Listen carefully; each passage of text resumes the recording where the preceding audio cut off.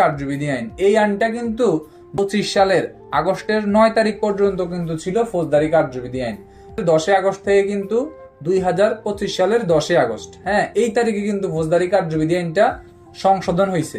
সংশোধন যেহেতু member of parliament করে নাই, কার্যবিধি আইনটা হয়েছে অধ্যাদেশ।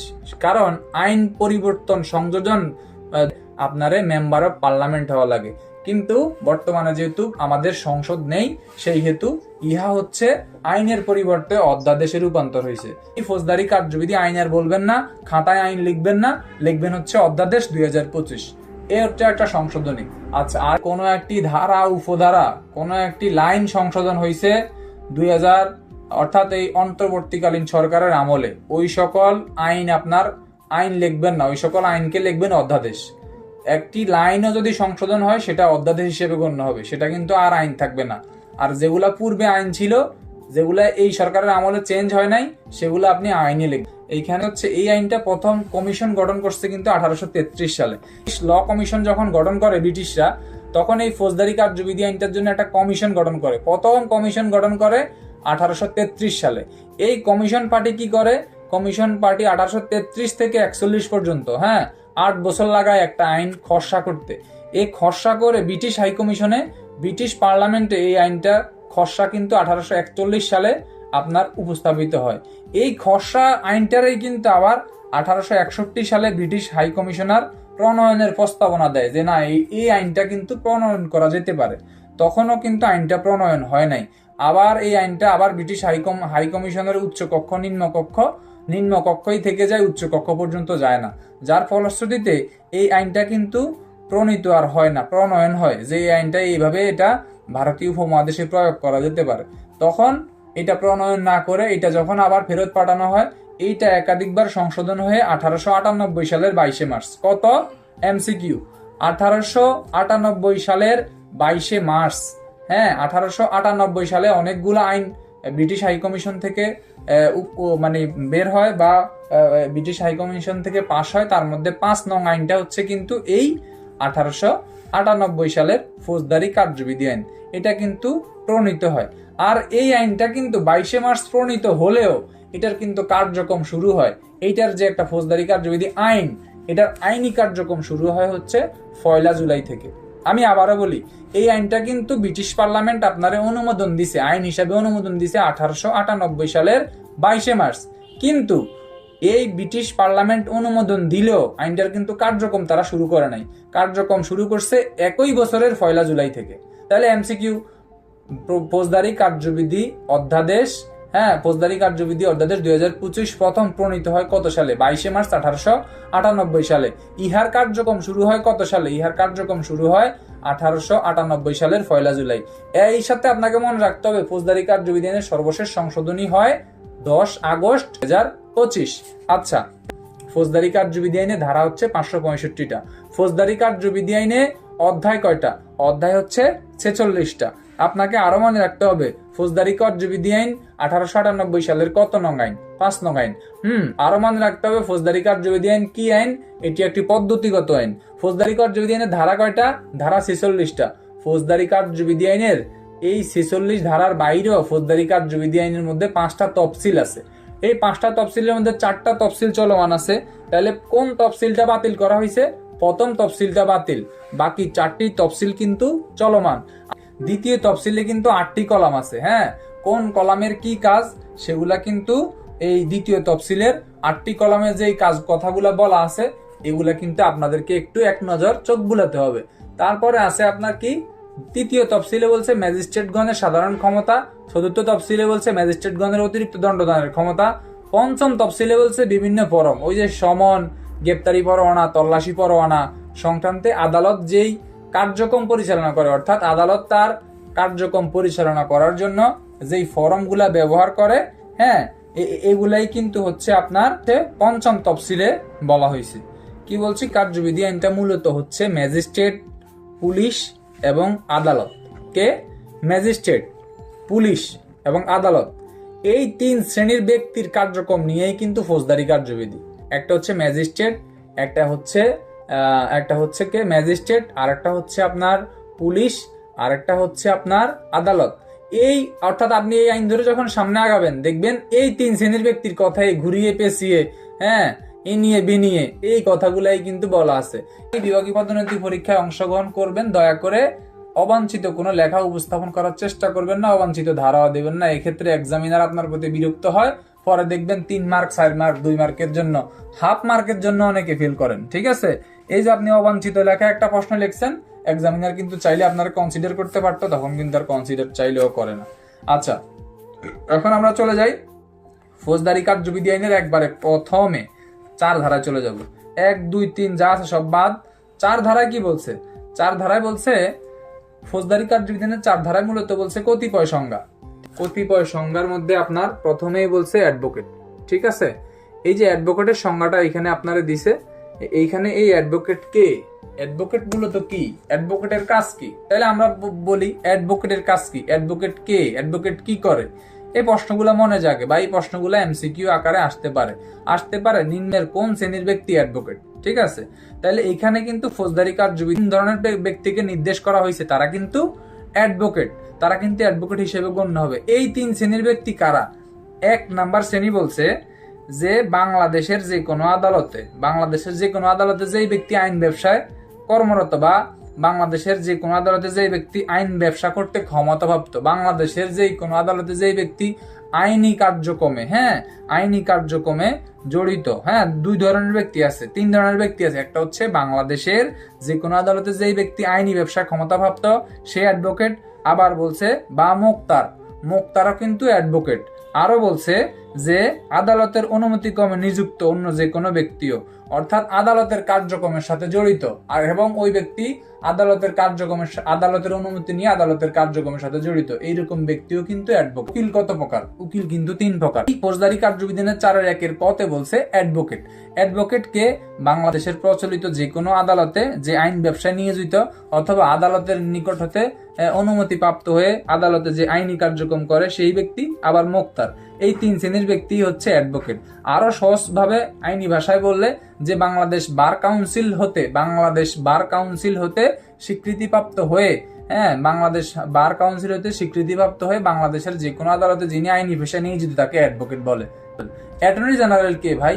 অ্যাটর্নি জেনারেল হচ্ছে ওই ব্যক্তি যেই ব্যক্তিকে বাংলাদেশ সরকার, কোন সরকার?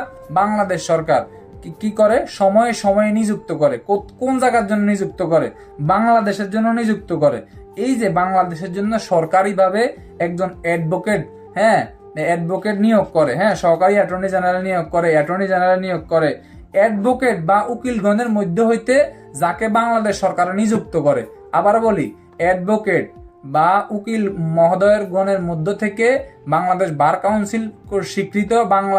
কাউন্সিল কর্তৃক স্বীকৃত কোনো অ্যাডভোকেট গণের মধ্য হতে সরকারি কার্য পরিচালনা করার জন্য বাংলাদেশ সরকার সময়ে যাদেরকে নিয়োগ দেয়, তাদেরকে হচ্ছে বাংলাদেশের জন্য যাদেরকে নিয়োগ দেয় তাদেরকেই কিন্তু অ্যাটর্নি জেনারেল বলে। এই হচ্ছে অ্যাটর্নি জেনারেল। এখন এইখানে আপনারা এত কিছু মনে করার দরকার নাই, এইখানে আপনারা মনে রাখতে হবে অ্যাটর্নি জেনারেল নিয়োগ দেয় কে?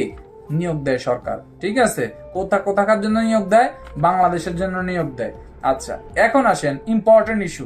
এতক্ষণ ক এবং ক এগুলা কিন্তু এত ইম্পর্টেন্ট ইস্যু না, জাস্ট জানার জন্য জানা। এই ফৌজদারি কার্যবিধি আইনের 4-1 খ থেকেই কিন্তু আমাদের মূলত ওয়ারটা শুরু। কি শুরু? যুদ্ধটা শুরু। যুদ্ধটা কিভাবে শুরু? এখানে বলছে জামিনযোগ্য অপরাধ। কি অপরাধ ভাই? জামিনযোগ্য অপরাধ এবং জামিন অযোগ্য অপরাধ। এখন আসেন, অনেক সময় আমরা বাংলা সিনেমায় দেখি এই যে নায়ক সাগরকে ধরে নিয়ে যায়, নায়ক সাগরকে ধরে নিয়ে গেলে পরবর্তীতে কি করে? ওসি সাহেবের টেবিলের উপরে উকিলের মাধ্যমে একটা জামিন নিয়ে আসে, বলে এই নেন ওসি সাহেব সাগরের জামিন। তখন কিন্তু সাগরের ছেড়ে দেয়। এই যে গল্প আকারে আমরা পড়লে বেশি দিন মনে থাকবে। কেন? কারণ এইখানে সাগরে যে ছেড়ে দিছে একটা কাগজ দিয়ে, সাদা কাগজ দিছে না, অবশ্যই কাগজের মধ্যে কিছু না কিছু লেখা ছিল। কি লেখা ছিল? ওই কথাটাই কিন্তু এখানে আমরা সংজ্ঞা আকারে পড়ব। অর্থাৎ কোনো ব্যক্তি যখন একটি অপরাধ করে, অপরাধ করার পরে ওই অপরাধটা সংক্রান্তে যখন বাংলাদেশের প্রচলিত আইনে, কোন আইনে? বাংলাদেশের প্রচলিত আইনে যখন অপরাধটা জামিনযোগ্য দেখানো হয়, অর্থাৎ কোনো ব্যক্তি যখন একটা অপরাধ করে, মনে করেন রবিউল নামক ব্যক্তি একজনকে হচ্ছে কি দিছে, একজনকে হচ্ছে ধাক্কা দিয়ে রাস্তার মধ্যে ফেলে দিছে। এখন এই ঘটনাস্থলে 999 সংবাদ পেয়ে পুলিশ গেছে, পুলিশ যায় রবিউলের থানায় নিয়ে আসছে। রবিউলের মা তাড়াতাড়ি উকিল নিয়ে আদালত থেকে জামানত নিয়ে থানায় গেছে। থানায় গিয়ে উকিল ওসি সাহেবরে বলছে, ওসি সাহেব এই নেন রবিউলের জামিন। তখন ওসি সাহেব বলে, সেন্টি তাকে ছেড়ে দাও। এই যে তারা যে ছেড়ে দিছে, তারা কিভাবে ছাড়ছে? জামিনে ছাড়ছে, যার কথা কিন্তু কার্যবিধির 63 ধারায় বলা আছে। এখন এই যে গল্পটা কি? এই গল্পটা কিন্তু জামিনযোগ্য অপরাধের গল্প। তাহলে জামিনযোগ্য অপরাধের গল্প আমরা এবার মেইন বইয়ের ভাষায় একটু পড়ি ভাই।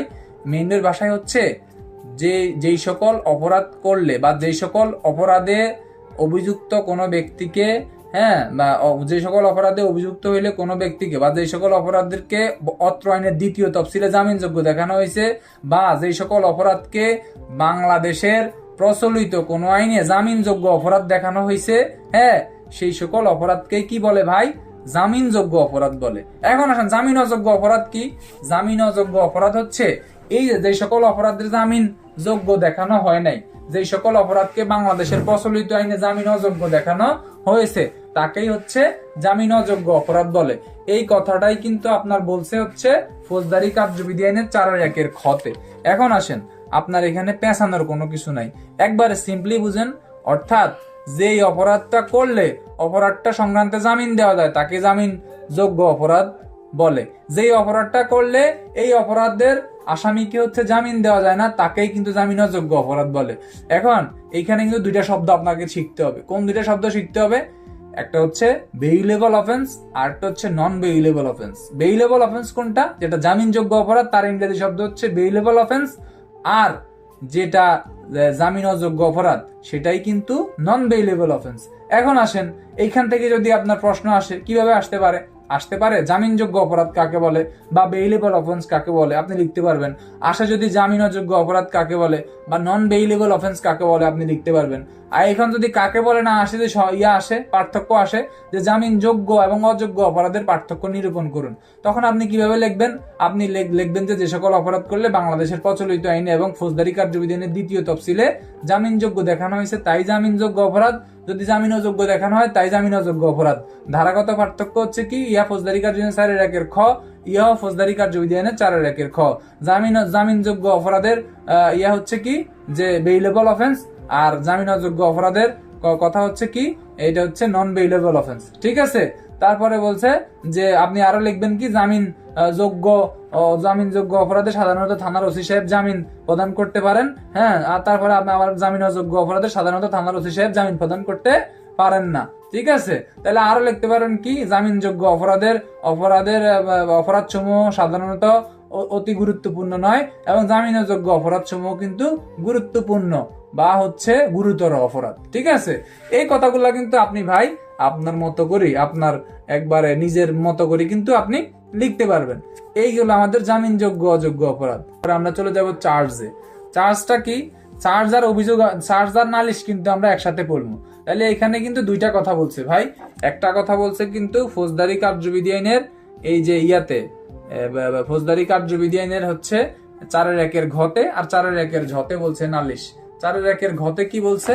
4-1 ঘতে বলছে যে 4-1 ঘতে কিন্তু বলছে আপনার অভিযোগ, আর 4-1 ঝতে বলছে নালিশ। অভিযোগ মূলত পুলিশের কাছে করা হয়, আর নালিশ করা হয় হচ্ছে ম্যাজিস্ট্রেটের কাছে।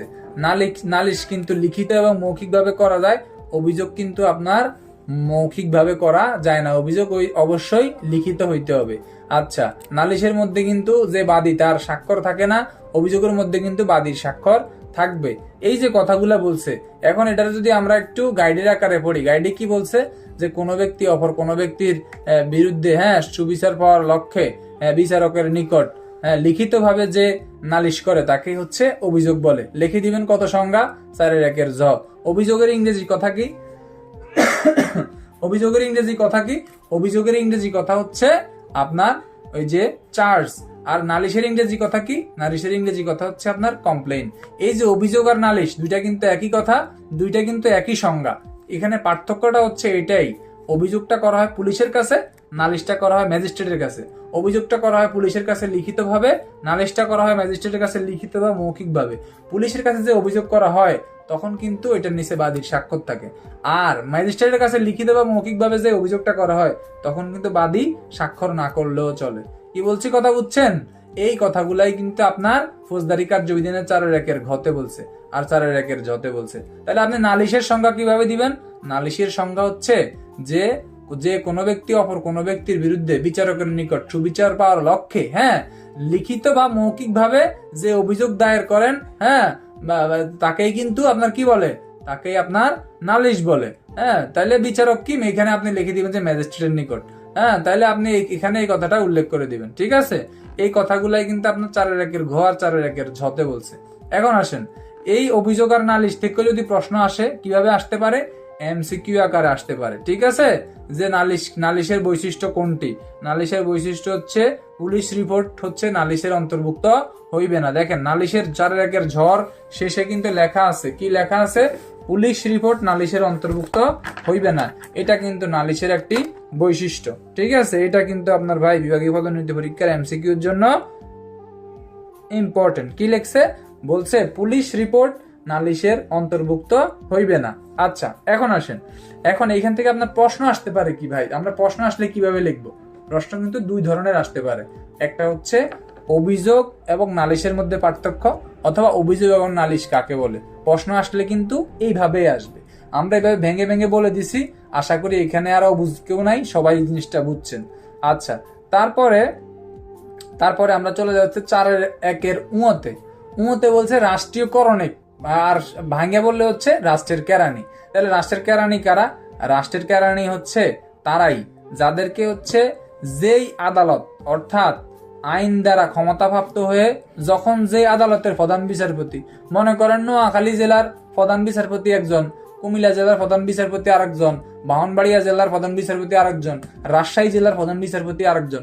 এখন যেই জেলার যিনি প্রধান বিচারপতি, ওই জেলার ওই প্রধান বিচারপতি কর্তৃক তার আদালতের, কথাটা ঠান্ডা মাথায় বুঝে নেন, ওই জেলার প্রধান বিচারপতি কর্তৃক তার যেই আদালতটা আছে, নোয়াখালী জেলার আদালতের কার্যক্রম পরিচালনা করার জন্য তিনি যে প্রধান বিচারপতি তিনি যেই হচ্ছে লোকজনদেরকে নিয়োগ দেন, তাদেরকেই কিন্তু রাষ্ট্রীয় কেরানিক বলে বা রাষ্ট্রীয় করণিক বলে বা রাষ্ট্রীয় কেরানি বলে। ঠিক আছে, বা ওই যে আমরা যেরকম বলি না, এপিবিএন যারা খাটছেন তাদেরকে বলে কি হেড অ্যাসিস্ট্যান্ট। এই স্টেনোমেস্টুন যেগুলা, এগুলা কিন্তু ভাই এই যে রাষ্ট্রীয় করণিক যেটা ওয়ান কাইন্ড অফ এরকমই। এখন আপনার ওইখানে নিয়োগ দেয় সংশ্লিষ্ট যেই পুলিশ সুপার থাকে বা হচ্ছে যিনি ইউনিট প্রধান, তিনি নিয়োগ দেয়। আর আদালতে যখন নিয়োগ দিবে এই ধরনের ব্যক্তিকে, আদালতের কার্যক্রম পরিচালনা করার জন্য, এটা কিন্তু আপনার নিয়োগ দিবে কে? সংশ্লিষ্ট জেলার প্রধান বিচারপতি। এই যে কার্যক্রমগুলো আদালতের কার্যক্রম পরিচালনা করার জন্য যে ব্যক্তিদেরকে নিয়োগ দেয় সংশ্লিষ্ট জেলার প্রধান বিচারপতি, তারাই কিন্তু আপনার কি? তারাই হচ্ছে আপনার রাষ্ট্রীয় করণিক। এইখানে আর বুঝার কিছু নাই, এখানে এমসিকিউ হচ্ছে রাষ্ট্রীয় করণিক নিয়োগ দেয় কে? সংশ্লিষ্ট জেলার প্রধান বিচারপতি। ঠিক আছে, আচ্ছা এখন আসেন, বুঝার জন্য ইম্পর্টেন্ট বিষয় হচ্ছে এটাই, আমলযোগ্য অপরাধ বা আমলযোগ্য মামলা। আচ্ছা, এই আমলযোগ্য অপরাধ হচ্ছে 4-1 চ, আর 4-1 কিন্তু ঢাকার ঢতে বলছে কি? আমলের অযোগ্য অপরাধ। আমলযোগ্য অপরাধ কোথায়? আমলযোগ্য অপরাধ হচ্ছে 4-1 চ, 4-1 ঢাকার ঢতে বলছে কি? আমলের অযোগ্য অপরাধ। এখন আসেন, আমলযোগ্য অপরাধটা কি আগে আমরা এটা বুঝি। আমলযোগ্য অপরাধটা হচ্ছে মূলত যেই সকল অপরাধ করলে পুলিশ অফিসার কোনো ব্যক্তিকে বিনা পরোয়ানায় গ্রেপ্তার করতে পারে। কি করতে পারে ভাই? যেই সকল অপরাধ করলে কোনো ব্যক্তিকে পুলিশ অফিসার বিনা পরোয়ানায় গ্রেপ্তার করতে পারে, সেটাই আমলযোগ্য অপরাধ।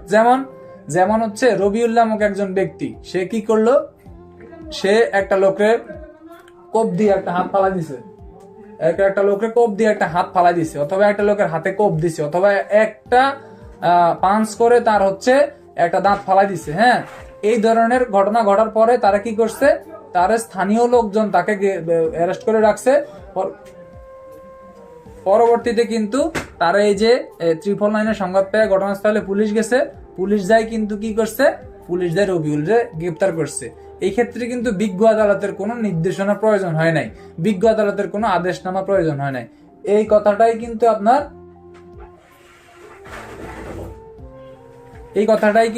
এই 4-1 চতে বলছে। অর্থাৎ যখন কোনো গুরুতর অপরাধ সংঘটিত হবে ওই গুরুতর অপরাধের দায়ে কোনো ব্যক্তিকে যখন পুলিশ অফিসার গ্রেপ্তার করবে, হ্যাঁ, এই কথাটাই কিন্তু আপনার এই 4-1 চতে বলছে। তাহলে 4-1 চতে আমরা কি নিব ভাই? 4-1 চতে আমরা নিব কগনিজেবল অফেন্স, মানে আমলযোগ্য অপরাধ। তাহলে আমলযোগ্য অপরাধের একটা ইংলিশ শিখলাম আমরা, কি শিখলাম? কগনিজেবল অফেন্স, অর্থাৎ হচ্ছে আমলযোগ্য অপরাধ। এই কগনিজেবল অফেন্সের কিন্তু আর একটা কথা আছে, সেটা কি? সেটা হচ্ছে আমল অযোগ্য অপরাধ। দুইটা কথা কিন্তু আপনার এই কথা এইখানে বলা আছে, একটা হচ্ছে 4-1 চতে, আর একটা হচ্ছে 4-1 ঢাকার ঢতে। একটা হচ্ছে কগনিজেবল অফেন্স মানে কি? আমলযোগ্য অপরাধ। আর নন কগনিজেবল অফেন্স মানে কি? আমল অযোগ্য অপরাধ। ঠিক আছে? তাহলে নন কগনিজেবল অফেন্স আর কগনিজেবল অফেন্সের প্রধান পার্থক্য কি? প্রধান পার্থক্য হচ্ছে সেটাই যে আমলযোগ্য অপরাধ করলে বা গুরুতর একটা অপরাধ করলে কোনো ব্যক্তিরে পুলিশ অফিসার কি করতে পারে? বিনা পরোয়ানায় গ্রেপ্তার করতে পারে। আর আমল অযোগ্য অপরাধ করলে, সাধারণ অপরাধ করলে কোনো ব্যক্তির পুলিশ অফিসার সাধারণত বিনা পরোয়ানায় গ্রেপ্তার করতে পারে না। এই কথাটাই কিন্তু আপনার এইখানে বলা হয়েছে। ঠিক আছে? কেউ একজন আরেকজনের হচ্ছে ধাক্কা দিছে, ধাক্কা দিয়ে মনে করেন ফালাই দিছে, এটা কিন্তু আমলযোগ্য অপরাধ না।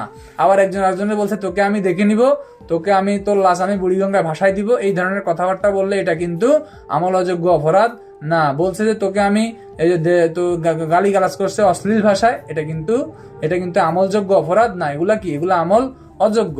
আবার কেউ যদি কাকে যদি ধাক্কা দিয়ে পা ভেঙে দেয়, হাত ভেঙে দেয়, হ্যাঁ, আবার হচ্ছে তারা যদি উপর্যুপরি মারধর করে, এগুলা কিন্তু আমলযোগ্য অপরাধ।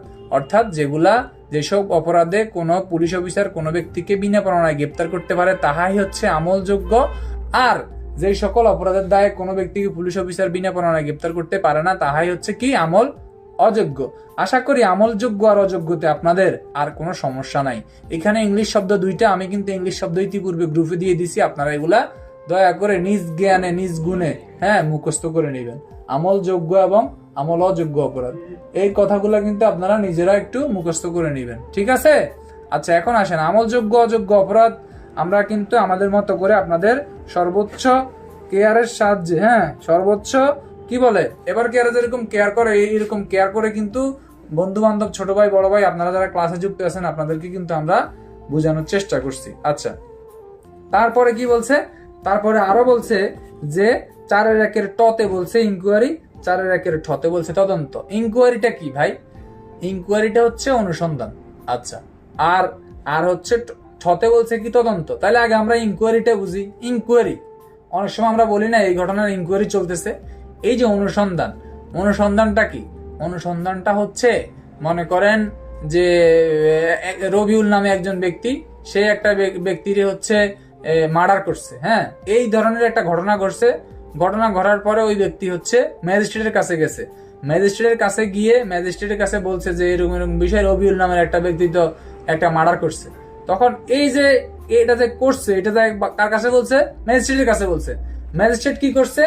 ম্যাজিস্ট্রেট এই ঘটনার হচ্ছে আগে অনুসন্ধান করবে। অনুসন্ধানটা কে করবে? ম্যাজিস্ট্রেট হয় নিজে করবে, অথবা ম্যাজিস্ট্রেট কর্তৃক ক্ষমতাপ্রাপ্ত হয়ে অপর কোনো ব্যক্তি দ্বারা কিন্তু তিনি অনুসন্ধান কার্যক্রমটা কি করবেন? পরিচালনা করবেন। এটাই কিন্তু আপনার এইখানে বলা আছে। কোথায় বলা আছে ভাই? এটা কিন্তু 4-1 টতে বলা আছে। হ্যাঁ, বলছে কি? অনুসন্ধানটা কে করবেন? করবেন হচ্ছে ম্যাজিস্ট্রেট অথবা আদালত কর্তৃক পরিচালিত, হ্যাঁ, আর পরিচালিত বিচার ব্যতীত সকল। এইখানে এত কঠিন ভাষা লিখছে, বুঝবেন না। ম্যাজিস্ট্রেটের কাছে কোন একটা ঘটনা নিয়ে গেছে, ম্যাজিস্ট্রেট কিন্তু শুরুতেই ওইটার হচ্ছে আপনার মামলা নিয়ে নিবে না। ম্যাজিস্ট্রেট আগে দেখবে যে আসলে এই ঘটনাটা ঘটছে কিনা। আদালতের অন্য লোক দ্বারা অথবা ম্যাজিস্ট্রেট নিজেই এই জিনিসটা নিয়ে যেই পর্যালোচনা করবে, সত্যতা যাচাই করবে, এটাই হচ্ছে আপনার ইনকোয়ারি বা অনুসন্ধান। এখন যাহাই ইনকোয়ারি তাহাই অনুসন্ধান। ইনকোয়ারিটা ইংরেজি কথা আর অনুসন্ধানটা হচ্ছে বাংলা কথা। এখন আসেন, ইনকোয়ারিটা গেল কি? ইনকোয়ারিটা গেল ম্যাজিস্ট্রেটের কার্যক্রম। তদন্ত কি? তদন্ত আমরা এখানে যারা পুলিশের চাকরি করি আমরা কিন্তু ভাই সবাই জানি তদন্ত কি। হ্যাঁ, তদন্ত কি? তদন্ত হচ্ছে যখন একটা ঘটনা ঘটে, মামলা রুজু হয়, তখন এই মামলা রুজু পরবর্তী সময়ে কিন্তু আপনার তদন্ত কার্যক্রম পরিচালনা হয়। তাহলে আমরা এখান থেকে প্রধান পার্থক্য কি? ইনকোয়ারি জিনিসটা, অনুসন্ধান জিনিসটা হচ্ছে মামলা রুজুর পূর্বে হয়, আর তদন্ত হয় মামলা রুজুর পরে। তাহলে তদন্ত কাকে বলে? তদন্ত হচ্ছে কোনো একটি ঘটনার মূল রহস্য উদ্ঘাটনের জন্য, কোনো একটি ঘটনার মূল রহস্য উদ্ঘাটনের জন্য হ্যাঁ বিচার কার্যক্রম ব্যতীত যে কার্যক্রম পরিচালনা করা হয় হ্যাঁ সেটাই হচ্ছে আপনার তদন্ত। কোনো একটা ঘটনার মূল রহস্য উদ্ঘাটন করার জন্য হ্যাঁ যে সাক্ষ্য প্রমাণ সংগ্রহ করার জন্য যে কার্যক্রম পরিচালনা করা হয় সেটাই কি তদন্ত। এখন আসেন, এখন হচ্ছে এখানে আপনি তদন্তের ইংলিশ কি, তদন্তের ইংলিশ রবিউল বলেন তদন্তের ইংলিশ কি, তদন্তের ইংলিশ রবিউল বলেন তো দেখি।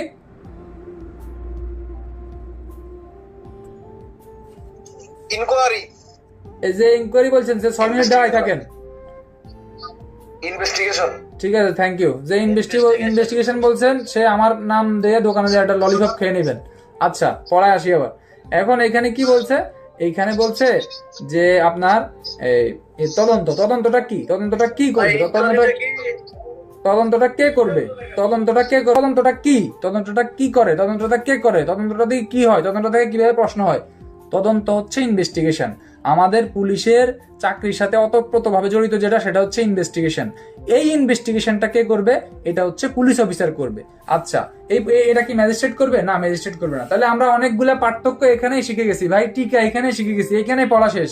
কি বলছে, তদন্ত এবং ইনভেস্টিগেশন কাকে বলে। তাহলে তদন্ত কাকে বলে? তদন্ত হচ্ছে কোনো একটি ঘটনার সুষ্ঠু কোনো একটি ঘটনার সাক্ষ্য প্রমাণ সংগ্রহের লক্ষ্যে হ্যাঁ যে কার্যক্রম পরিচালনা করা হয় হ্যাঁ সেটাই হচ্ছে তদন্ত। তাহলে কোনো একটি ঘটনার, এটা হচ্ছে তদন্ত বা ইনভেস্টিগেশন। কোনো একটি ঘটনা সঠিকতা যাচাই করার জন্য, সত্য মিথ্যা যাচাই করার জন্য যে আদালত হচ্ছে যে কার্যক্রম বা ম্যাজিস্ট্রেট যে কার্যক্রম পরিচালনা করে সেটা হচ্ছে ইনকোয়ারি বা অনুসন্ধান। তাহলে অনুসন্ধান কে করে? অনুসন্ধান করে ম্যাজিস্ট্রেট। তদন্ত কে করে? পুলিশ অফিসার অথবা আদালত কর্তৃক ক্ষমতাপ্রাপ্ত অপর কোনো ব্যক্তি। হ্যাঁ, তাহলে তদন্ত কখন করা হয়? মামলা রুজুর পরে করা হয়। তাহলে ইনকোয়ারি কখন করা হয়? মামলা রুজুর পূর্বে করা হয়। ঠিক আছে, ইনকোয়ারিতে মূলত কি করা হয়? ইনকোয়ারিতে মূলত হচ্ছে ঘটনার সঠিকতা, সত্য মিথ্যা যাচাই নির্ণয় করা হয়। আর তদন্তে কি করা হয়? তদন্তে মূলত সাক্ষ্য প্রমাণ সংগ্রহ করা হয়। ধারা কত দিবেন? ধারা দিবেন হচ্ছে 4-1 ঠ। আগামীকালকের বাড়ির কাজ, জামিনযোগ্য অযোগ্য অপরাধ কাকে বলে হ্যাঁ এবং জামিনযোগ্য অযোগ্য অপরাধের পার্থক্য নিরূপণ করবেন। তদন্ত এবং ইনকোয়ারি এবং ইনভেস্টিগেশনের পার্থক্য নির্ণয় করবেন। ঠিক আছে, এই দুইটা পার্থক্য 5 মাস 10 মার্কের বিভাগীয় পদোন্নতি পরীক্ষা কিন্তু আসতে পারে। এরপরে আমরা চলে যাব হচ্ছে বিচার কার্যক্রম। অর্থাৎ আদালতে কিন্তু হচ্ছে ওই যে বাংলা সিনেমায় দেখবেন কি বলে যাহা বলিব সত্য বলিব, সত্য বলিয়া মিথ্যা বলিব না। এই যে কথাটা বলে, এই কথাটাই কিন্তু বিচার বিভাগীয় কার্যক্রমে কিন্তু আপনার বলা হয়েছে। কি বলছে আইনসঙ্গত ভাবে শপথপূর্বক সাক্ষ্য গ্রহণ করা যাইতে পারে। এই যে আইনসঙ্গত ভাবে শপথপূর্বক সাক্ষ্য গ্রহণ করা হয় হ্যাঁ, এই সংক্রান্ত যে কার্যক্রমগুলো আছে এগুলোই হচ্ছে বিচার বিভাগীয় কার্যক্রম। অর্থাৎ বিচার কার্য পরিচালনার জন্য যে কার্যক্রমগুলো করা হয়, খাঁটি ভাষায় বললে, খাঁটি বাংলা ভাষায় বললে, বিচার কার্য পরিচালনা করার জন্য আদালত যে কার্যক্রমগুলো করে সেটাই হচ্ছে বিচার বিভাগীয় কার্যক্রম। এখানে এটা বুঝার কিছু না, ইম্পর্টেন্ট কিছু না। চলে যান হচ্ছে 4-1 বলছে অপরাধ। এখানে অনেক কিছু আছে, আপনি হচ্ছে এখানে এত কিছু মুখস্থ করার দরকার নাই। শুধু এটা মনে রাখেন, যে সকল কাজকে আইনে নিষেধ করা হয়েছে অথবা যে সকল কাজ করলে যে সকল কাজকে বাংলাদেশের প্রচলিত আইনে নিষেধ করা হয়েছে তা করাকে অপরাধ বলে। এখন নিষেধ করা হয়েছে প্রকাশ্যে ধূমপান করা। আপনি যদি প্রকাশ্যে ধূমপান করেন সেটা কিন্তু ভাই অপরাধ হিসেবে গণ্য হবে। ঠিক আছে, এটাই হচ্ছে অপরাধের একবারে সিম্পল সংজ্ঞা, সহজ ভাষায় বুঝলে। আপনারে বলছে আপনি হচ্ছে রাস্তায় মাতাল হয়ে ঘুরে বেড়াইতে পারবেন না, এটা কিন্তু আইনে অপরাধ। আপনারে বলছে আপনি রাস্তার উপরে কি বালি ফেলে রাখতে পারবেন না, এটা কিন্তু আপনার অপরাধ। অর্থাৎ অপরাধ কারোর শিখানো দরকার নাই ভাই, আপনারা সবাই জানেন অপরাধ কি, কোনটা অপরাধ সবাই মুখস্থ। তবে আইনের ভাষায় হচ্ছে কি, আইনের ভাষায় হচ্ছে যে সকল কাজকে বাংলাদেশের প্রচলিত আইনে, যে সকল কাজকে বাংলাদেশের প্রচলিত আইনে নিষেধ করা হয়েছে তা করাই কিন্তু অপরাধ। ঠিক আছে, এখন এখানে বলছে ততে বলছে থানার ভারপ্রাপ্ত অফিসার। দেখবেন অনেক সময় থানার ভারপ্রাপ্ত অফিসার আর কিন্তু অফিসার ইনচার্জ এক না। ঠিক আছে, কে এক না? থানার ভারপ্রাপ্ত অফিসার এবং অফিসার ইনচার্জ কিন্তু এক না, দুইটা কিন্তু দুই জিনিস। তো এই ক্ষেত্রে বলবো ভারপ্রাপ্ত অফিসার এক জিনিস আর অফিসার ইনচার্জ কিন্তু আরেক জিনিস। তাহলে অফিসার ইনচার্জ আর ভারপ্রাপ্ত কর্মকর্তা, এখানে কিন্তু বলছে থানার ভারপ্রাপ্ত অফিসার। থানার ভারপ্রাপ্ত অফিসার কে? থানার ভারপ্রাপ্ত অফিসার হচ্ছে থানার যিনি অফিসার ইনচার্জ থাকবে, অর্থাৎ থানার যিনি ওসি থাকবে। হ্যাঁ, ওসি যখন ছুটিতে যাবে, সাক্ষী দিতে যাবে, তারপরে হচ্ছে ট্রেনিং এ যাবে, হ্যাঁ, তখন এই বিভিন্ন কারণে তিনি যখন থানা ত্যাগ করে যখন অন্য কোথাও চলে যায়, তখন তিনি তার চার্জটা যেই অফিসারের নিকট অর্পণ করে, তাকে কিন্তু আপনার হচ্ছে বলে, তা সেই হচ্ছে কিন্তু আপনার ভারপ্রাপ্ত কর্মকর্তা। অর্থাৎ থানার অফিসার ইনচার্জের অনুপস্থিতিতে, একটি থানার অফিসার ইনচার্জের অনুপস্থিতিতে থানার চার্জ যেই ব্যক্তির উপর অর্পণ করে যায়, তিনিই হচ্ছে ভারপ্রাপ্ত কর্মকর্তা। ঠিক আছে, এই কথাটাই কিন্তু আপনার ফৌজদারি কার্যবিধানের 4-1 ততে বলছে। এইখানে আপনারা অনেকে বলতে পারেন যে ভাই, ভারপ্রাপ্ত কর্মকর্তা সর্বনিম্ন কোন পদের অফিসার হইতে পারে? ঠিক আছে, অনেকে বলবেন যে কনস্টেবল ভারপ্রাপ্ত কর্মকর্তা হইতে পারে। হ্যাঁ, এটা কিন্তু আপনার ভুল কথা। পিআরবি 239 ভাষ্যের মধ্যে লেখা আছে যে হচ্ছে কি, যখন থানায় কেউ থাকে না, তখন কিন্তু একজন কনস্টেবলকে ওসির ভার দেওয়া যাইতে পারে। এই যে ওসির ভার দেওয়া যাইতে পারে, এটারে কিন্তু আইনবিদরা কিন্তু বলছে যে না, কনস্টেবলকে ওসির ভার দেওয়া যাবে না। যখন থানায় কেউ থাকবে না, তখন কিন্তু আপনার ওই যে আপনারা কি করবে, আপনার থানার হাজতখানা যেটা থাকবে, হ্যাঁ, হাজতখানা, হ্যাঁ, এবং এই হাজতখানার কি করবে, হাজতখানা তালা মেরে ওই চাবিটা কাকে দিবে? ওই চাবিটা দিবে ইয়ার কাছে, কনস্টেবলের কাছে। এই যে কনস্টেবল তখন চাবি নিয়ে হাজতখানার মালিক হবে, তখন সে কিন্তু চাবিওয়ালা ওসি হবে, কিন্তু সে প্রকৃতপক্ষে ওসি হইতে পারবে না। তাইলে ওসি হওয়ার ক্ষমতাপ্রাপ্ত কিন্তু সর্বনিম্ন একজন এএসআই। এএসআই থেকে উপরস্থ যে কোনো ব্যক্তি কিন্তু অফিসার ইনচার্জের দায়িত্ব পালন করতে পারে, যা কিন্তু পিআরবি 207 এএসআই এর ক্ষমতাটা দিছে। যাই হোক, এগুলো আমাদের বাড়তি কথা। তবে এই ধরনের বিতার্কিক প্রশ্ন আসবে না, কেউ এই ধরনের প্রশ্ন নিয়ে পেঁচাইবেন না। এখন আসেন, সেটা হচ্ছে এই থানার ভারপ্রাপ্ত অফিসারের কথা বলছে। থানার ভারপ্রাপ্ত অফিসার কিন্তু কি আমরা বুঝলাম, থানার অফিসার ইনচার্জের অনুপস্থিতিতে যে কোনো কাজে, ছুটি, সাক্ষী, ট্রেনিং, যে কোনো কাজে যখন তিনি থানা এলাকার বাইরে যাবেন, তার ওই থানার চার্জটা যেই ব্যক্তির উপরে দিবেন, সেই হচ্ছে কিন্তু অফিসার ইনচার্জ। ঠিক আছে, সেই হচ্ছে কি ভারপ্রাপ্ত কর্মকর্তা। এই কথাটাই কিন্তু আপনার এই 4-1 ততে বলছে। 4-1 নতে বলছে আবার পাবলিক প্রসিকিউটর। ঠিক আছে, এখানে থানার একটা সংজ্ঞা 4-1 ধতে, ধানের ধতে বলছে কি, বলছে এখানে ওই যে থানা বলতে সরকার একটা নির্দিষ্ট এলাকারে ঘোষণা করবে, হ্যাঁ, এটাই কিন্তু থানা। এমসিকিউ এখান থেকে হয় না, এত ইম্পর্টেন্ট না। ইম্পর্টেন্ট হচ্ছে পাবলিক প্রসিকিউটর। এই পাবলিক প্রসিকিউটর কে? পিপি পাবলিক প্রসিকিউটর হচ্ছে সেই প্রসিকিউটর হচ্ছে উকিল, আর পাবলিক প্রসিকিউটর মানে কি? সরকারি উকিল। একবারে সহজ ভাষায় বুঝেন। তাহলে সরকারি উকিল কে? সরকারি উকিল হচ্ছে সরকার যাকে নিয়োগ দেয়, সেই হচ্ছে সরকারি উকিল। আচ্ছা, তাহলে সরকার নিয়োগ দিয়ে উকিলকে কি বসায় রাখে? না। অর্থাৎ যখন আদালতে কোনো ব্যক্তি মামলা রুজু করে, বাদী আদালতে কোনো ব্যক্তি যখন মামলা রুজু করে, তারা আমরা কি বলি? বাদী। পুলিশের থানায় যখন কোনো ব্যক্তি মামলা রুজু করে, তারা আমরা কি বলি? বাদী বলি। এই যে বাদী, কোনো ব্যক্তি যখন বাংলাদেশের আইনের আশ্রয় চায়, বিবাদী কিন্তু চায় না, যে অপরাধ করে আসামি কিন্তু চায় না, যে আইনের আশ্রয় চায়, সে রাষ্ট্রের কাছে আইনের আশ্রয় চায়। এই ব্যক্তির হয়ে যেই মামলা লড়ে, হ্যাঁ, অর্থাৎ রাষ্ট্রপক্ষের হয়ে যখন কোনো বাদীর পক্ষ হয়ে মামলা লড়ে উকিল, তখন তাকে কি বলে? পাবলিক প্রসিকিউটর বলে। এই পাবলিক প্রসিকিউটর নিয়োগ করবে কে? এটা কিন্তু এই নিয়োগ সংক্রান্ত কিন্তু ফৌজদারি কার্যবিধানের 492 ধারায় কিন্তু আপনার বিস্তর বলা আছে। ঠিক আছে, এখানে কিন্তু বলা আছে পাবলিক প্রসিকিউটর কিভাবে নিয়োগ করবে, কে নিয়োগ করবে, হ্যাঁ, এবং এই পাবলিক প্রসিকিউটর বা সরকারি উকিল হিসেবে কিন্তু মনে রাখেন, পুলিশের একজন সাব ইন্সপেক্টর হইতে উপরস্থ ব্যক্তি কিন্তু পাবলিক প্রসিকিউটর হিসেবে নিয়োগ পাইতে পারে। ঠিক আছে, পাবলিক প্রসিকিউটর কে নিয়োগ করবে? সরকার নিয়োগ করবে। কি করতে নিয়োগ করবে? কোন একটা মামলা পরিচালনা করতে নিয়োগ করবে। এটাই কিন্তু আপনার ফৌজদারি কার্যবিধানের 4-1 নৌকার নতে বলছে। ঠিক আছে, সাব ইন্সপেক্টর থেকে কি উপরস্থ যে কোনো কর্মকর্তা, নাকি নির্দিষ্ট পরিমাণ কোনো একটা? সাব ইন্সপেক্টর থেকে উপরস্থ যে কোনো কর্মকর্তাকে পাবলিক প্রসিকিউটর হিসেবে সরকার চাইলে নিয়োগ দিতে পারবে, সর্বনিম্ন সাব ইন্সপেক্টর। আর কার কোনো প্রশ্ন? আর থানার যে সাবির ব্যাপারটা কি সেন্ট্রির কাছে থাকবে না? ওই জিনিসটা সাবি সেন্ট্রির কাছে থাকবে, সাবি থাকবে সেন্ট্রির কাছে, মালখানার সাবি থাকবে ওসির কাছে। অর্থাৎ থানায় যখন কেউ থাকবে না, তখন সেন্ট্রির কাছে সাবি দিয়ে থানা ত্যাগ করবে। এই ক্ষেত্রে থানার চার্জ থাকবে একজন এএসআই এর উপরে, ঠিক আছে? কনস্টেবল ওসি হইতে পারবে না। এটা পিআরবি তে যদিও অ্যাক্সেস দেওয়া আছে, এটা বাস্তবতা এই ধরনের কোনো কিছু নাই। হ্যাঁ, ওইটা বই সীমাবদ্ধ। হ্যাঁ বলেন। পাবলিক প্রসিকিউটর এটা চাইতে দেখে কত বললেন? এটা 4-1 নৌকার ন, নৌকার ন। আচ্ছা, তদন্তটা হচ্ছে মামলা রুজুর পরবর্তী কাজ, হ্যাঁ আর অনুসন্ধান হচ্ছে মামলা রুজুর আগের কাজ। এখন ধরেন একটা অভিযোগের জন্য তো অনুসন্ধান হয়, অভিযোগ ওইটা তো হচ্ছে মনে করেন যে অনুসন্ধান না, অভিযোগ বা নালিশ এগুলোর জন্য। আমরা তো প্রশ্নই করতে পারেন না, প্রশ্নটা গোছাই করেন। মানে কোন অভিযোগের জন্য কি অনুসন্ধান হয় কিনা ওটা জানার জন্য। আরে ভাই, অভিযোগ কি পুলিশের কাছে এতক্ষণ কি শুনছেন আপনি? অভিযোগটা কার কাছে করে? অভিযোগটা কার কাছে করে? অভিযোগটা কোথায় করে বলেন তো রবিউল সাহেব?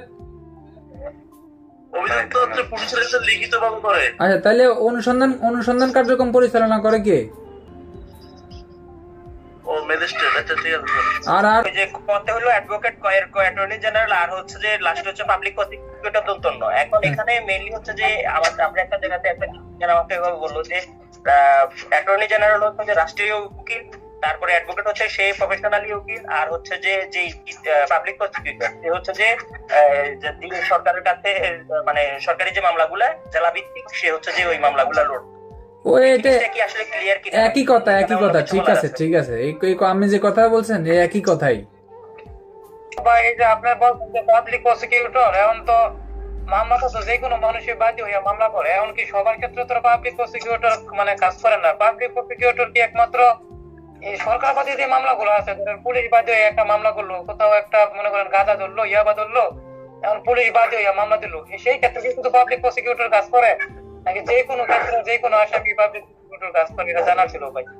আমাদের যারা কোর্টে কাজ করেন, ঠিক আছে, তারা দেখবেন একটা কথা লেখা আছে কোর্টের বারান্দায় যে গণপ্রজাতন্ত্রী বাংলাদেশ সরকার কর্তৃক আইনি সহায়তা ফ্রি প্রদান করা হয়, ঠিক আছে?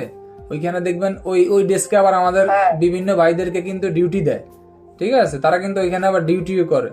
এখন এই যে ডিউটি দেয়, তারা ডিউটি করে এই সংক্রান্ত যখন মামলাগুলা হয়, থানায় হোক বা কোর্টে হোক, হ্যাঁ, তখন যারা হচ্ছে বাদী অর্থাৎ যে আইনের সেবা প্রার্থী, এই ব্যক্তির পক্ষে কিন্তু রাষ্ট্র চাইলে পাবলিক প্রসিকিউটর নিয়োগ করে।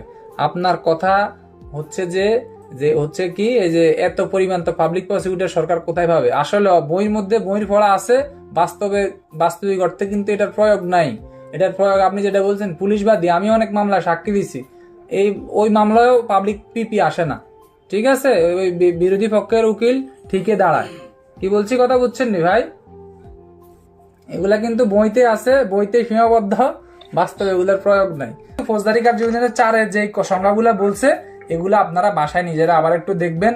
যদি মেইন বইয়ের কথা আপনাদের কঠিন লাগে, যেই রাইটারের গাইড আপনাদের কাছে ভালো লাগে, ওই রাইটারের একটা গাইড আপনারা দেখবেন, ঠিক আছে? দেখলে আপনাদের কাছে একবারে পানির মতো লাগবে সংজ্ঞাগুলা। এখন অফিসার ইনচার্জের ধারা হচ্ছে পিআরবি 201 সাইরের 1 তো হচ্ছে থানার ভারপ্রাপ্ত কর্মকর্তা, ঠিক আছে? অফিসার ইনচার্জ যখন যাবেন, অফিসার ইনচার্জ কিন্তু পিআরবি 201। আচ্ছা, আমরা একটু সামনের দিকে যাই। হ্যাঁ, সামনের দিকে বলছে ফৌজদারি কার্যবিধি 6 ধারা। এখন আসেন, এখানে আমি একটা কথা আগে বলে রাখি, কার্যবিধির কিন্তু 4-এর পরে আর কেউ পড়াশোনা করে না, সবাই 4-এর পরে চলে যায় হচ্ছে 42-এ। কিন্তু না, বিভাগীয় পদোন্নতি পরীক্ষায় একাধিকবার যেই অংশগুলা থেকে প্রশ্ন আসছে, হ্যাঁ, এগুলা কিন্তু আমরা অল্প অল্প একটু আলোচনা করব।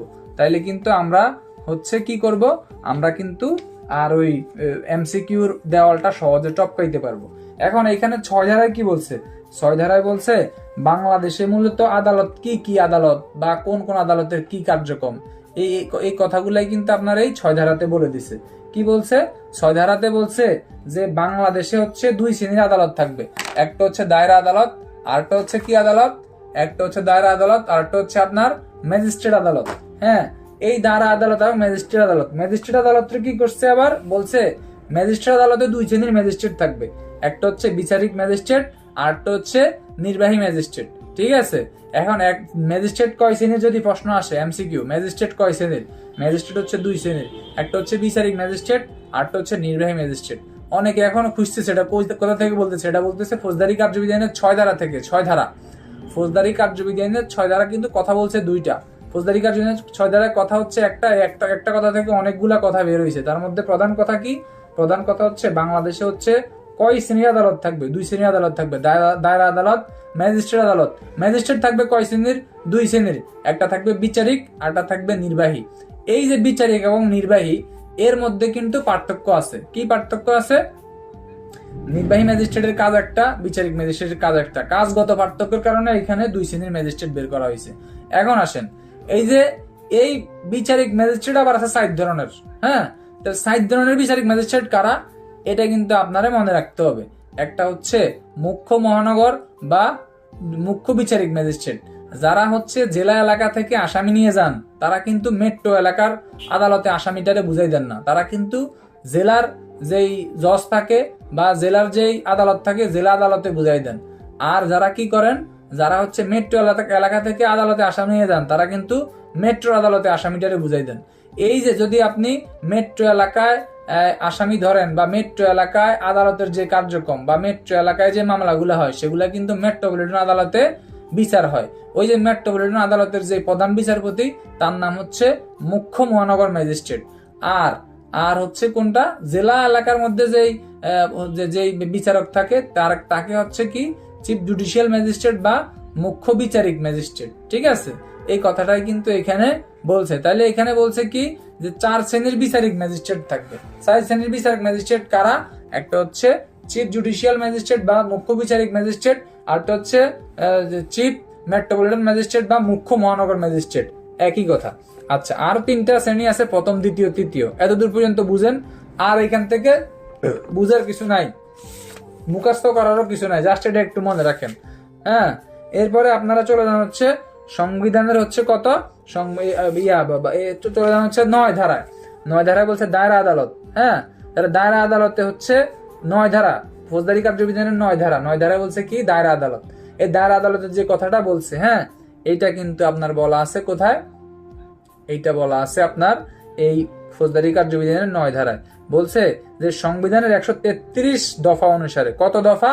133 অনুচ্ছেদ অনুসারে কে নিয়োগ করবে? রাষ্ট্রপতি নিয়োগ করবে। এমসিকিউ, সংবিধানের 133 অনুচ্ছেদ অনুসারে কে নিয়োগ করবে? রাষ্ট্রপতি নিয়োগ করবে। কোথা থেকে নিয়োগ করবে? বাংলাদেশ জুডিশিয়াল সার্ভিসের সদস্যগণ হতে দায়রা জজ নিয়োগ করবে, অতিরিক্ত দায়রা জজ নিয়োগ করবে, যুগ্ম দায়রা জজ নিয়োগ করবে। যদি প্রশ্ন আসে এমসিকিউ যে অতিরিক্ত দায়রা জজ নিয়োগের ক্ষমতা প্রদান করা হয়েছে কাকে? হ্যাঁ, রাষ্ট্রপতি, সরকার, প্রধানমন্ত্রী, রাষ্ট্রপতি। সংবিধানের কত অনুচ্ছেদ? 110, 113, 133, 133। হ্যাঁ, তাহলে হচ্ছে কি বলছে এখানে? সংবিধানের 133 অনুচ্ছেদ অনুসারে রাষ্ট্রপতি কি করবে? দায়রা জজ, অতিরিক্ত দায়রা জজ এবং যুগ্ম দায়রা জজ এগুলো নিয়োগ করবে। এই কথাটাই কিন্তু আপনার 9 বলছে। 10 বলছে নির্বাহী ম্যাজিস্ট্রেট নিয়োগ করবে হচ্ছে সরকার। দাঁড়াতে বলছিলেন যে দায়রা জজ, অতিরিক্ত দায়রা জজ, যুগ্ম দায়রা জজ। হ্যাঁ, এই মানে এই 3 জন, এটা কোন শ্রেণীর ম্যাজিস্ট্রেটের মধ্যে পড়বে? এটা কি ম্যাজিস্ট্রেটের মধ্যে পড়বে? আর পড়লে কোন শ্রেণীর ম্যাজিস্ট্রেটে পড়বে? আচ্ছা, সুন্দর কথা বলছেন যে দায়রা জজ, অতিরিক্ত দায়রা জজ, যুগ্ম দায়রা জজ, এদের কাজটা কি? এখন জেলায় কিন্তু হচ্ছে 2 শ্রেণীর থাকে, ওই যে বিচার থাকে। একটা হচ্ছে দেওয়ানি আদালত, আরটা হচ্ছে ফৌজদারি আদালত। ঠিক আছে, এখন যেগুলাতে ফৌজদারি মামলা বিচার হয়, ঠিক আছে, এগুলারে মনে হয় আমি এটা শিওর না, তবে এগুলারে মনে হয় চিফ জুডিশিয়াল ম্যাজিস্ট্রেট বলে বা চিফ মেট্রোপলিটন ম্যাজিস্ট্রেট বলে। আর হচ্ছে যেগুলার মধ্যে ওই যে দেওয়ানি মামলাগুলা বিচার হয়, এগুলার মনে হয় দায়রা জজ বলে। যে 94 এর দিকটাই যে বিভিন্ন সময় দলিল দস্তাবেজ এগুলোর জন্য যে এই মানে তথ্য চাই, বিশেষ করে ব্যাংক স্টেটমেন্ট মামলার ক্ষেত্রে চাই। এই মামলার ক্ষেত্রে ব্যাংক স্টেটমেন্টটা ধরেন চট্টগ্রাম মহানগর দ্বিতীয় যে ম্যাজিস্ট্রেট আদালত, সেখানে হচ্ছে যে একটা মামলা চলমান, ওই ম্যাজিস্ট্রেট আদালতে এই মামলা হয়েছে, কিন্তু এই ম্যাজিস্ট্রেট কিন্তু দিতে পারবে না, মানে এই দলিল দস্তাবেজ ব্যাংকে আদেশ দিতে পারবে না যে তুমি এই ব্যাংকের স্টেটমেন্টটা তদন্তকারী কর্মকর্তাকে সরবরাহ করো। এই সরবরাহটার আদেশ দিতে পারবে দায়রা জজ আদালত।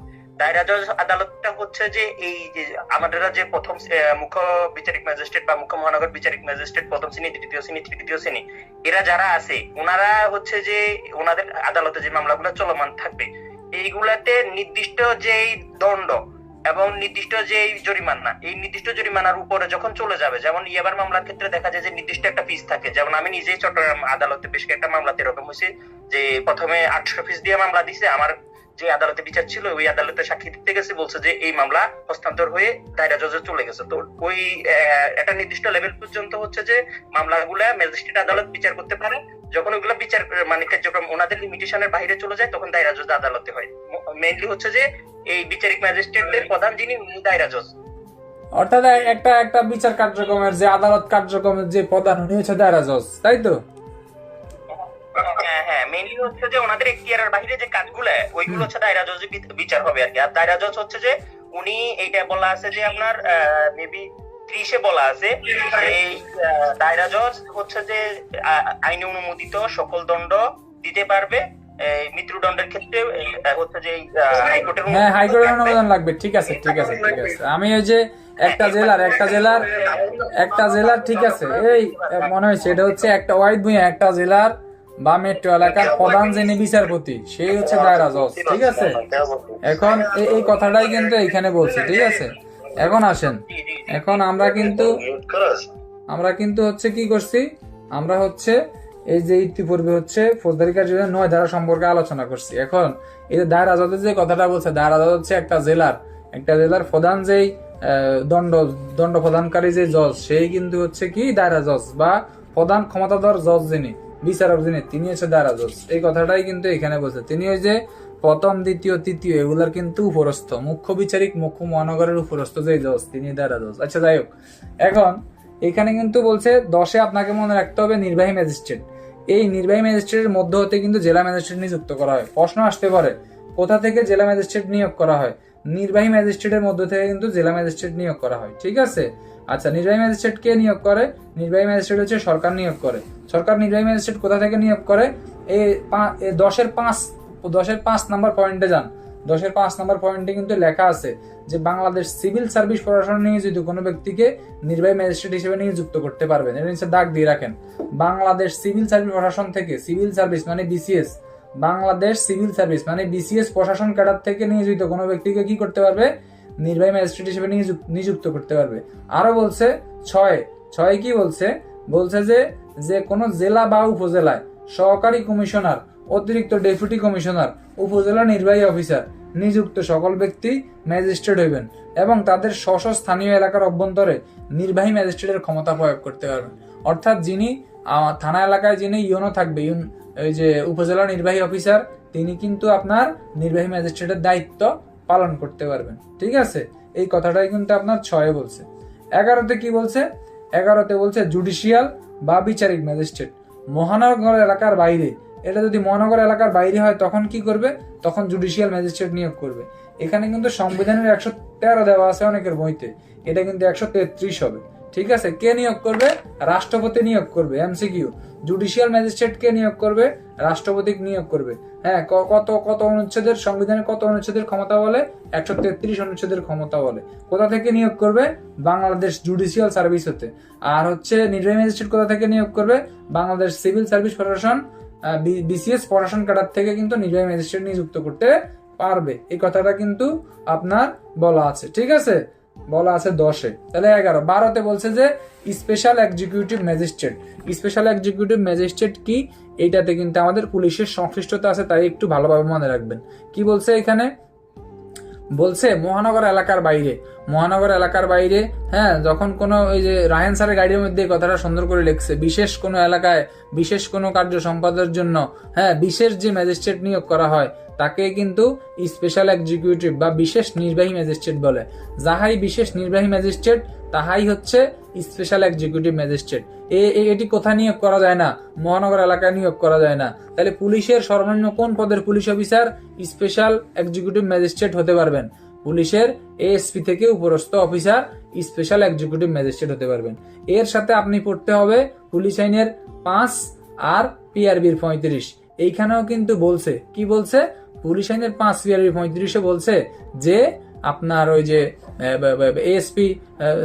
আইজিপি মহোদয় হচ্ছে সমগ্র বাংলাদেশে ম্যাজিস্ট্রেটের পূর্ণ ক্ষমতা প্রয়োগ করতে পারবে।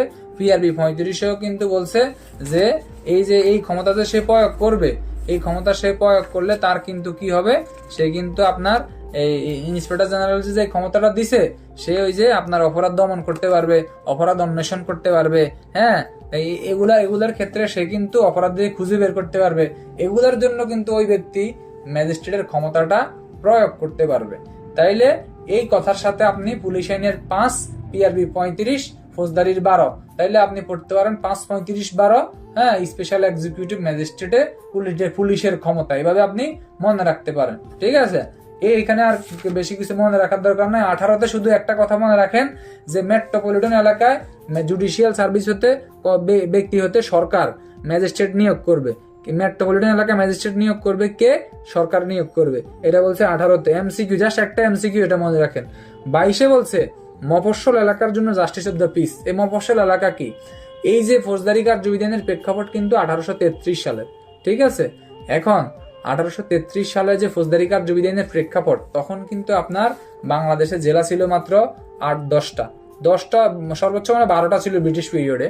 তো তখন এই 12টা জেলা সারা বাংলাদেশ, তখন কিন্তু আপনার সারা বাংলাদেশ না, বাংলাদেশের সাথে আরো অনেকগুলো, কুমিল্লারও অংশ ছিল, হ্যাঁ, ওই দিক দিয়ে যশোর, রাজশাহীর এই দিকে কিন্তু আরো অনেক অংশ ছিল বাংলা, অর্থাৎ পুরো বাংলাটার মধ্যে ছিল 12টা জেলা। হ্যাঁ, এখন কিন্তু বাংলাদেশ আজকে যে বাংলা, তখন চিত্রটা আরো অনেক বড় ছিল। যাই হোক, এখন এই এলাকায় কিন্তু আপনার এত পরিমাণ থানা, এত পরিমাণ কোর্ট কাছারি, এত পরিমাণ আপনার আদালত ছিল না। তখন বলছে কি, এই যে সরকার, এই যে মানে একবারে রুট লেভেল, গ্রামীণ লেভেল, এই এখনো কিন্তু অনেকে যারা থানা চাকরি করে তারা বলে কি, দারোগার সাথে মফস্বলে যায়। হ্যাঁ, এই যে মফস্বল যে কথাটা বলে, এটাই কিন্তু এইখানে তুলে ধরছে মফস্বল। এই যে মফস্বল এলাকার জন্য, হ্যাঁ, জাস্টিস অব দ্য পিস নিয়োগ করে। জাস্টিস অব দ্য পিস কি? মফস্বল এলাকার জন্য জাস্টিস অব দ্য পিস নিয়োগ করবে। জাস্টিস অব দ্য পিস কি? জাস্টিস অব দ্য পিস হচ্ছে এই যে যেরকম চেয়ারম্যান মেম্বার বর্তমানে স্থানীয় সরকার নির্বাচনের মাধ্যমে থানা এলাকায়, তার ইউনিয়ন এলাকায় টুকটাক, থানা থেকে যেহেতু দুর্গম, অনেকে থানায় আসে না, হ্যাঁ, টুকটাক দেন দরবার সালিশ টালিশ করে ওইখানে জিনিসটা মীমাংসা করে দেয়। এটাই কিন্তু আপনার এই যে জাস্টিস অব দ্য পিস দ্বারা, তারা কিন্তু এই ধরনের কার্যক্রম কিন্তু করতো আগে, আইন যখন প্রথম প্রণীত হয়েছে। তাহলে কি বলছে, একটু মেইন বইয়ের ভাষায় পড়ি। বলছে এখানে বলছে মফস্বল এলাকার জন্য জাস্টিস অব দ্য পিস, অর্থাৎ এরকম রুট বা গ্রামীণ এলাকার জন্য কে নিয়োগ করবে? সরকার নিয়োগ করবে। দাগ দেন। প্রথমে বলছে সরকার নিয়োগ করবে। কিভাবে নিয়োগ করবে? সরকারি গ্যাজেটে বিজ্ঞপ্তি প্রকাশ করে নিয়োগ করবে। আরো বলছে কাদেরকে নিয়োগ করবে? তার হচ্ছে বাংলাদেশের বাসিন্দা হতে হবে। তার আর কি হওয়া যাবে না? বিদেশি রাষ্ট্রের নাগরিক হওয়া যাবে না। এমসিকিউ। আরো কি বলছে? আরো বলছে এইরূপ যে কোনো ব্যক্তিকে বিজ্ঞপ্তিতে উল্লেখিত কোন স্থানীয় এলাকার জন্য জাস্টিস অব দ্য পিস নিয়োগ করবে। তাহলে এমসিকিউ আসতে পারে, একাধিকবার এমসিকিউ এখান থেকে আসছে। কিভাবে আসছে? মফস্বল এলাকার জন্য জাস্টিস অব দ্য পিস নিয়োগ করবে কে? ক সরকার, খ রাষ্ট্রপতি, গ প্রধানমন্ত্রী, গ কোনটি নয়, সরকার। আচ্ছা, তারপরে কি বলছে কিভাবে নিয়োগ করবে? সরকারি গ্যাজেটে বিজ্ঞপ্তি প্রকাশ করিয়া, সরকারি গ্যাজেটে লিখিত বিজ্ঞপ্তি প্রকাশ করিয়া। তাইলে ওই জাস্টিস অব দ্য পিস হওয়ার জন্য জাস্টিস অব দ্য পিস হবেন কে? ক বাংলাদেশের বাসিন্দা, খ বিশ্বের যে কোনো এলাকার লোক, গ বাংলাদেশের লোক বিদেশে বাস করে, হ্যাঁ, এমন কোন লোক। ঠিক আছে, এখন ওরে কিন্তু অবশ্যই বাংলাদেশের বাসিন্দা হতে হবে। আচ্ছা, তার আরো বলছে কি, তিনি কি বিজ্ঞপ্তিতে উল্লেখিত কোন স্থানীয় এলাকার জন্য জাস্টিস অব দ্য পিস হবেন। তিনি কিন্তু সমগ্র বাংলাদেশের জন্য কিন্তু জাস্টিস অব দ্য পিস হবেন না। এখন আসেন, জাস্টিস অব দ্য পিসও বুঝছি মফস্বল এলাকার জন্য। এই পদাধিকার বলে জাস্টিস অব দ্য পিস, পদাধিকার বলে জাস্টিস অব দ্য পিস কিভাবে হয়? পদাধিকার বলে জাস্টিস অব দ্য পিস হয় যারা সুপ্রিম কোর্টের যারা বিচারকগণ, তারা কিন্তু পদাধিকার বলে সমগ্র বাংলাদেশে জাস্টিস অব দ্য পিস হবেন। তারা বাংলাদেশে যেখানে যায় পদাধিকার বলে সে সেখানেই এইরকম জুট ঝামেলা বা শান্তি শৃঙ্খলা বজায় রাখতে বা টুকটাক সে এগুলা মীমাংসা করতে পারে। আর আরো বলছে এই যে দায়রা জজ, আমরা একটু আগে পড়ছি যে একটা জেলার বা একটা জেলার যিনি হচ্ছে কি দায়রা জজ, হ্যাঁ, আর হচ্ছে মুখ্য বিচারিক ম্যাজিস্ট্রেট বা মেট্রোপলিটন ম্যাজিস্ট্রেটগণ, তারা কিন্তু পদাধিকার বলে তাদের অধিক্ষেত্র এলাকার জন্য, অর্থাৎ দায়রা জজ তার জেলা এলাকার জন্য সে চাইলে জাস্টিস অব দ্য পিস হইতে পারবে। মেট্রোপলিটন এলাকার যে ম্যাজিস্ট্রেট আছে তারা কিন্তু মেট্রোপলিটন এলাকার জন্য চাইলে জাস্টিস অব দ্য পিস হইতে পারবে। কিভাবে হইতে পারবে? পদাধিকার বলে হবে। তাহলে সুপ্রিম কোর্টের বিচারকগণ কিভাবে হবে? এই পদাধিকার বলেই হবে। এই কথাটাই কিন্তু আপনার 25-এ বলছে। আর কিছু জানার দরকার নাই, 28-এ চলে যান। 28-এ 3টা কথা মনে রাখেন সিম্পলি। 28 বিধির অধীনে অপরাধের বিচার, দণ্ডবিধির অধীনে অপরাধের বিচার হবে। কিভাবে হবে? দণ্ডবিধির অধীনে অপরাধের বিচার হবে 3টা জায়গায়। একটা হচ্ছে হাইকোর্ট বিভাগ, আরটা হচ্ছে দায়রা আদালত, আরটা হচ্ছে আপনার অন্য যে কোনো আদালত, যে আদালতে বিচার করার জন্য ক্ষমতাপ্রাপ্ত। এই তিনটা কথাই কিন্তু আপনার এমসিকিউতে আসতে পারে কিভাবে? দণ্ডবিধির অধীনে অপরাধের বিচার হয় কোন কোন আদালতে? ক হাইকোর্ট বিভাগ, খ দায়ের আদালত, ঘ অপরাধের বিচার করতে ক্ষমতাপ্রাপ্ত এরকম কোন আদালত। এটা এমসিকিউ একটাই মনে রাখেন, আর কিছু মনে রাখার দরকার নেই, ঠিক আছে? 31 ফৌজদারি কার্যবিধি আইন অধ্যাদেশ 2025 কিন্তু সংশোধন হয় নাই, সংশোধন হচ্ছে 32। 31 বলছে এটাই যে হাইকোর্ট বিভাগ বাংলাদেশের সর্বোচ্চ আদালত। হাইকোর্ট বিভাগ কোনটা? বাংলাদেশের সর্বোচ্চ আদালত। দেখেন এই যে নির্বাচন হয়েছে, অনেকে প্রার্থিতা বাতিল হয়েছে, তারা কিন্তু সর্বশেষ হাইকোর্টে গিয়ে আবার প্রার্থিতা ফিরে পাইছে। অর্থাৎ বাংলাদেশে কোনো কিছু হইলে সবাই বলে আমরা হাইকোর্টে যাবো। এই যে নিম্ন আদালত যখন কোনো রায় দেয়, রায়ের বিরুদ্ধে কিন্তু হাইকোর্টে আপিল করে, ঠিক আছে? এই যে ঘটনাটা, এটা কিন্তু আপনার হাইকোর্ট বিভাগে হয়। এই যে হাইকোর্ট বিভাগ কি করতে পারে? হাইকোর্ট বিভাগ বাংলাদেশের প্রচলিত আইন অনুসারে, যে প্রচলিত আইনে যে দণ্ড আছে সকল দণ্ডই কিন্তু হাইকোর্ট বিভাগ দিতে পারে। এটা বলছে 31-এ। 31-এর 1-এ। 31-এর 2-এ বলছে দায়রা জজ, অর্থাৎ একটা জেলার যিনি প্রধান বিচারক, তিনি কি করবে? তিনি আপনার আইনে অনুমোদিত সকল দণ্ড কিন্তু কি তিনি দিতে পারেন, মৃত্যুদণ্ড ছাড়া। যেমন ওসি প্রদীপের যখন মৃত্যুদণ্ডটা দেওয়া হয়েছিল, তখন কিন্তু আগে রায়ের কপিটা আগে ঢাকা হাইকোর্ট বিভাগে পাঠাইছিল।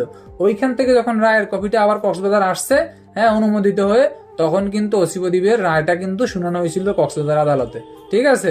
এই কথাটাই কিন্তু এখানে বলছে। আর যারা যুগ্ম দায়রা জজ, মানে জেলার প্রধান বিচারক নয়, তার পাশে তো সহকারী যারা জজ আর কি, এদেরকে যুগ্ম দায়রা জজ, হ্যাঁ, মানে সিনিয়র সহকারী যুগ্ম দায়রা জজ, এইরকম যারা আছে, এরা কিন্তু মৃত্যুদণ্ড এবং 10 বছরের অধিক কারাদণ্ড ব্যতীত অন্য সকল কিছু দিতে পারে। অর্থাৎ এরা মৃত্যুদণ্ড দিতে পারে না এবং 10 বছরের অধিক, হ্যাঁ, কোনো কারাদণ্ড এরা কিন্তু দিতে পারে না। এই কথাটাই কিন্তু আপনার এইখানে বলছে। না ভাই, বাংলাদেশের সর্বোচ্চ কোর্ট হচ্ছে আপনার হাইকোর্ট। হাইকোর্টের 2টা বিভাগ, একটা হচ্ছে সুপ্রিম কোর্ট আর একটা হচ্ছে আপিল বিভাগ, ঠিক আছে? এই সুপ্রিম কোর্টে কি হয়? সুপ্রিম কোর্টে হচ্ছে যখন আপনার দায়রা আদালত হচ্ছে যখন কোনো আপনার রায় দিবে, এই রায়টা নিয়ে আপনি হাইকোর্ট বিভাগে যাবেন। হাইকোর্ট বিভাগ তখন আপনারে সুপ্রিম কোর্টে পাঠাবে। আপনি যদি বলেন, সরাসরি বলেন আমি এই রায় আমি মানি না, ঠিক আছে, তখন আপনি ওই রায়ের বিরুদ্ধে আপিল করবেন। আপনি দায়রা আদালতের রায় মানেন না, তখন আপনার এই রায়ের জন্য এই আপিল বিভাগ আপনার কাজ করবে, হাইকোর্ট বিভাগের।